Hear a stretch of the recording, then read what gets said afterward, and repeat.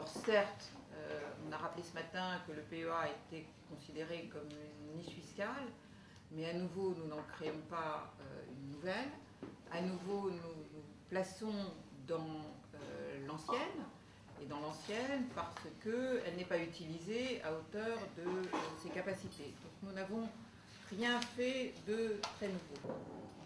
Alors aujourd'hui, l'accès au financement en fonds propres, il n'y en a pas beaucoup, puisqu'on vit dans une économie, à la différence des pays anglo-saxons, qui est une économie qui donne une grande place au crédit bancaire, qui représente 90% du financement des PME. Et puis, il y a les quelques pourcents qui restent, qui se partagent pour l'essentiel entre le private equity, qui lui-même a des problèmes de collecte importants et qui reste marginal dans le besoin de l'économie. Il y a 5000 entreprises aujourd'hui à peu près qui sont financées dans le cadre du private equity, ce qui est très peu par rapport au nombre de PME dont on parle, on va y revenir. Et sur les marchés financiers, il y a à nouveau très peu d'entreprises, puisqu'il y en a 150, si on parle de PME, qui sont cotées sur Alternext que tu évoquais, ou je crois une quarantaine sur Alternativa. Donc on parle de tout petits chiffres qu'il faut pousser. Puisque 80% de l'épargne des Français est essentiellement en immobilier et pour le reste en instruments de liquidité. Donc on se dit que réinjecter une partie de cette épargne d'une manière générale vers le pôle action, mais d'une manière particulière vers le pôle action PME, compte tenu de la création d'emplois qui va avec les PME, est une œuvre salutaire. Donc le PEA, vous connaissez tous ce qu'est un PEA. On en a combien de PEA? Il y en a 7 millions. 7 millions, donc c'est quand même un produit qui est bien connu de tout le monde, qui a bien fonctionné et qui aujourd'hui fonctionne moins bien. C'est d'ailleurs le constat que fait l'inspection des finances quand il regarde les niches fiscales. Le PEA est pas mal traité, mais il est à la note 1.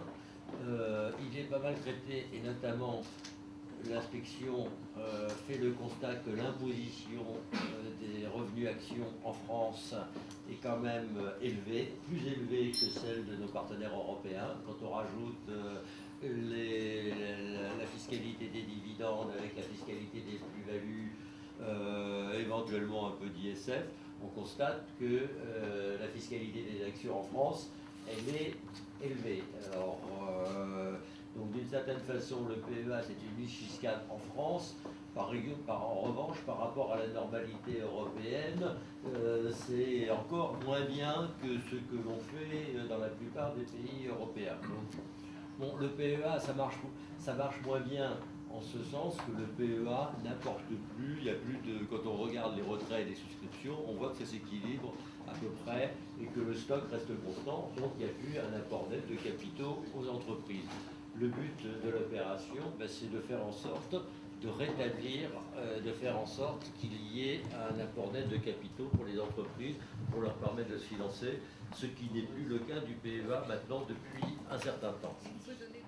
À côté du PEA, le clone du PEA, sauf qu'il est dédié aux PME, et on va voir ensemble ce que sont ces PME et quels sont les titres éligibles. Alors, donc, en clair, on est semblable en tout point au PEA existant, donc on est en territoire connu, il y a une jurisprudence sur le PEA, on s'inscrit dans cette réglementation, dans cette jurisprudence.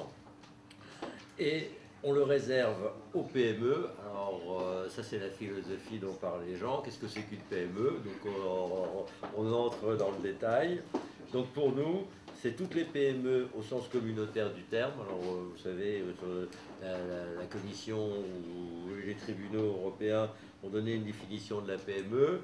Moins de 250 salariés, 50 millions d'euros de chiffre d'affaires, 43 millions de fonds propres.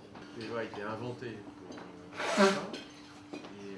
Ça a été un formidable outil pour drainer de l'épargne vers les actions, plutôt des grandes entreprises, puisqu'il s'agissait de privatisation. Donc aujourd'hui, on se dit que les PME ne sont pas dans le giron de l'État, dans le domaine privé, elles sont près des entrepreneurs. Et l'outil peut très bien être redynamisé, à condition que les réseaux y trouvent un intérêt, que les particuliers y trouvent un intérêt. Condition qu'on dit que les réseaux vont y trouver un intérêt. Oui, parce que c'est un outil supplémentaire à vendre. Une réponse. Le PEA-PME, c'est que nous, AFG, dans l'absolu, on aurait préféré une augmentation du plafond du PEA, de façon à ce que dans les PEA actuels, on peut parfaitement mettre des PME, enfin, des titres cotés, non cotés. Et d'ailleurs, les PEA ont largement été utilisés pour mettre des titres non cotés. Je rappelle qu'un demi-point de croissance, je pense que ça leur a apporté 6 milliards de nouvelles recettes. Moi, je suis à la commission des finances, on est très sensible. Mais l'objectif, c'est la croissance. Quand vous parlez aux hommes politiques, dans toutes vos négociations, tous vos arbitrages pour défendre ce bon projet, il faut toujours, bien sûr, n'hésitez pas à la croissance. Alors la croissance, déjà, on se rend compte du point de vue. La croissance, vous demandez aux hommes politiques ce que c'est que la croissance, vous allez voir les définitions. Alors, la croissance, moi j'en ai une définition, c'est un contrat de confiance entre 3 facteurs, le capital, le travail et l'intelligence. L'intelligence, science, innovation. Mais il y en a d'autres qui ont une autre définition. Alors, si on admet que le capital est la première variable, le capital est à l'économie ce que le sang est au corps humain. Et donc ça déjà, il faut le faire admettre par l'opinion publique, parce que vous avez l'opinion publique française la plus remontée vis-à-vis de l'économie de marché, la plus défiante de l'économie de marché, qui est la plus pessimiste au monde, la 5e puissance mondiale marchande, et la plus pessimiste au monde, ne croit pas dans son mode de développement économique. Voilà. Il faut anticiper, mais il faut aller vite, parce qu'on ne va pas attendre que nos entreprises, parce que vous savez, si vous ne lui prêtez pas du fric à un patron de PME, mais il ne va pas le créer le produit. Donc ça va être le voisin qui va le créer. Ça va être le concurrent étranger qui va le créer. Donc c'est fondamental de voir ces types, c'est eux qui ont la solution pour faire la croissance. C'est eux qui ont la solution pour ce type de crise. Même si on a un président qui est sabré, etc. D'autres aussi qui sont ça brillants, mais il faut. Et le CAC 40, vous connaissez. La culture du CAC 40, on est content d'avoir le CAC 40, je ne critique pas. Mais c'est pas eux qui vont sortir de. Bon, d'abord, ils sont à plus de 80% d'abord dehors. Voilà, il ne faut pas rêver. Donc c'est les PME, notre principal objectif, notre stratégie, ça doit être de renforcer massivement les PME, de trouver les meilleurs outils financiers. Et c'était le cas de ce colloque de ce matin. Donc bravo aux organisateurs. Donc là, nous on est là pour vous accompagner chez le ministre, Pécresse, également à l'Élysée. Voilà, donc bonne idée. Hein. Ça peut paraître concurrent. On a vu de temps en temps ce type d'approche sur lequel on a toujours tenté de nous amener, par exemple, avec nos collègues de France Engels, et puis on s'aperçoit que sur le terrain, quelque temps, une fois que les gens se connaissent, ils ne sont pas du tout concurrents, ils sont en fait très complémentaires, et ce qu'ils amènent à la fois en termes d'accompagnement et à la fois en termes financiers sont des choses qui sont précieuses. Vous savez, fondamentalement, la réussite de notre métier, c'est dans le partage. Et donc quand on partage nos risques, quand on s'investit dans des entreprises qui sont souvent des entreprises jeunes, le mieux c'est effectivement d'y aller progressivement, de pouvoir faire, comme le disait Antoine du colloque tout à l'heure, eh bien nous allons faire un tour, 2 tours, 3 tours, parfois 4 dans les entreprises jeunes, et puis on le fait parfois à plusieurs, pas trop pour que ça reste gérable, mais à plusieurs, de telle façon effectivement que l'entreprise soit bien accompagnée financièrement, qu'on puisse l'emmener plus loin, et que en parallèle, je dirais, les risques pour ceux qui investissent soient mesurés. La vie d'entreprise, ils sont dans l'immobilier ou je ne sais quoi. Si on veut apporter de l'argent aux entreprises qui en ont le plus besoin au début de leur vie, il faut qu'on ait une incitation fiscale plus importante que celle qu'on a aujourd'hui. Donc je pense que c'est une très bonne mesure. J'espère qu'elle sera poursuivie et agrandie dans un bref délai. Mais en tout cas, on va le supporter et soutenir. Et le PEA, les 7 millions de comptes se complétaient à leur plafond, ça représenterait une ressource pour le marché financier de 800 milliards d'euros, c'est-à-dire plus de 60% de la capitalisation actuelle du marché de Paris.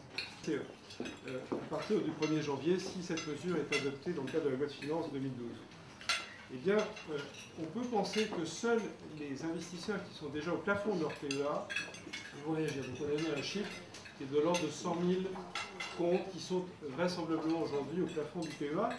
Et donc on sait que ce sont des gens qui ont probablement envie d'aller plus loin. Donc si on essaie de donner un chiffre, admettons que 100 000 investisseurs ajoutent progressivement, parce que ça va passer au contexte de marché actuel, 50 000 €, et ben ça fait 5 milliards d'euros qui viendra progressivement au marché. Alors maintenant, un point sur les émetteurs. C'est l'objectif, ça. Le marché. Pour relancer le marché, on a besoin d'investisseurs.